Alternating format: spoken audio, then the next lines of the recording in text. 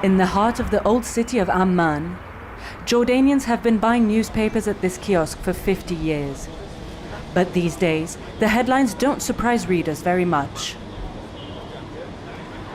The quality of Jordanian media has deteriorated in the last few years. It's obvious there are topics you can't talk about. The list of banned topics is set by the courts via gag orders. Red lines include any critique of the royal family, but also cases of corruption, some protests, and reports of violence against women. In the outskirts of Amman, journalist Bassel Okour tries to fight such oppressive measures. No compromise when it comes to information. This is our motto. Bassel is the founder of one of Jordan's only independent news websites. In 2020, he was arrested while covering a teacher's strike.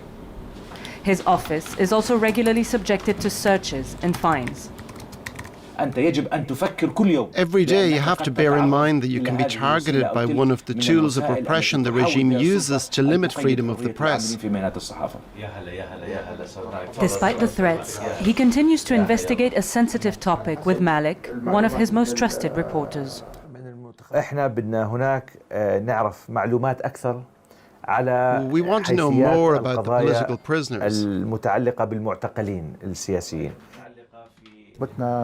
We have to shed light on human rights abuses and constitutional violations. Bassel and Malik could face up to 3 months in jail if their work is deemed too controversial. The Syndicate of Journalists is one of the only local institutions defending them.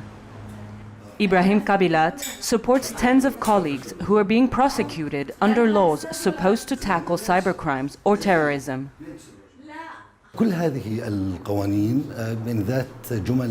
These laws are interpreted very broadly to effectively allow tribunals to silence journalists and, by extension, all of society.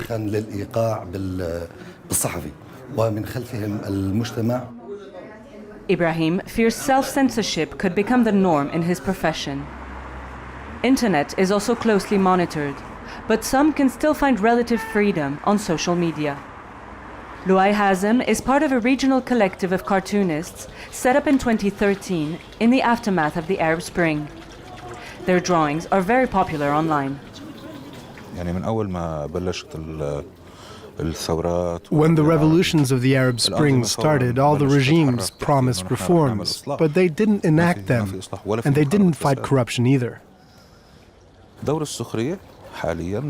The role of satire in this region today is to remind people that what started 11 or 12 years ago is not over yet. The Hashemite Kingdom now ranks 120 out of 180 on the World Press Freedom Index. When asked by France 24 for a comment, the Jordanian authorities refused to answer our questions.